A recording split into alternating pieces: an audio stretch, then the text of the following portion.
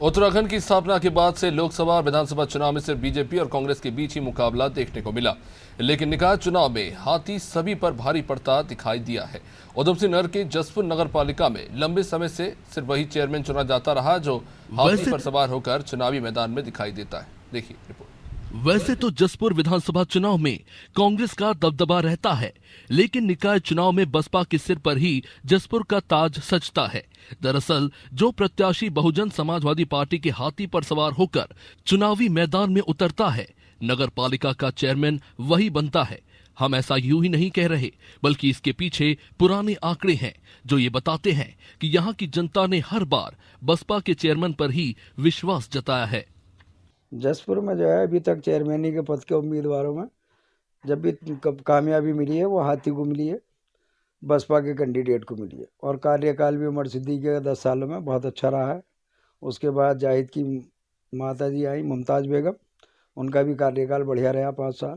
Public चाहती है कि कार्यकाल जो है चेयरमैन पद के लिए वो सब उसका बसपा का ही होना, उम्मीदवार कामयाब होना चाहिए। हाथी भारी यूँ पड़ता ना कि आपसी कला होती है पार्टियों के अंदर, कांग्रेस में भी बीजेपी में भी एक दूसरे को नहीं चाहते, इसलिए हाथी का जो है यहाँ समाज के हिसाब से भी जो हमारे जाटो भाई है उनका भी इसमें बहुत बड़ा योगदान रहता है।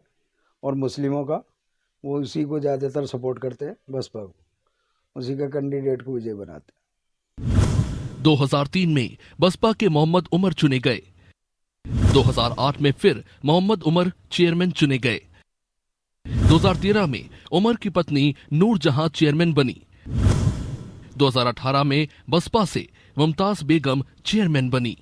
तमाम युवा साथियों के दिल का एक बिल्कुल नौजवान साथियों में युवा साथियों का नया चेहरा बन के उभरे और इन्होंने लोगों की मदद की।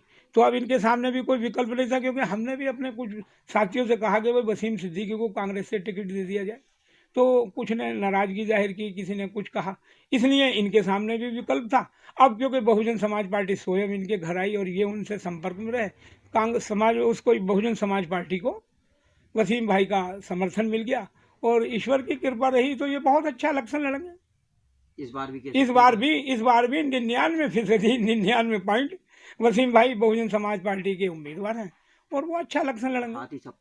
हाथी सब पे भारी। इस बार बहुजन समाज पार्टी ने जसपुर से समाज सेवी वसीम सिद्दीकी पर भरोसा जताया है और हाथी पर सवार करके निकाय चुनाव की युद्ध पिच पर उतार दिया है, जो अब तक के सबसे मजबूत और प्रभावशाली प्रत्याशी है। हालांकि अब देखना दिलचस्प होगा कि क्या निकाय चुनाव में जसपुर फिर अपना इतिहास दोहराएगा या फिर इस बार बीजेपी या कांग्रेस बाजी मार जाएंगे। जसपुर से अजहर मलिक की रिपोर्ट।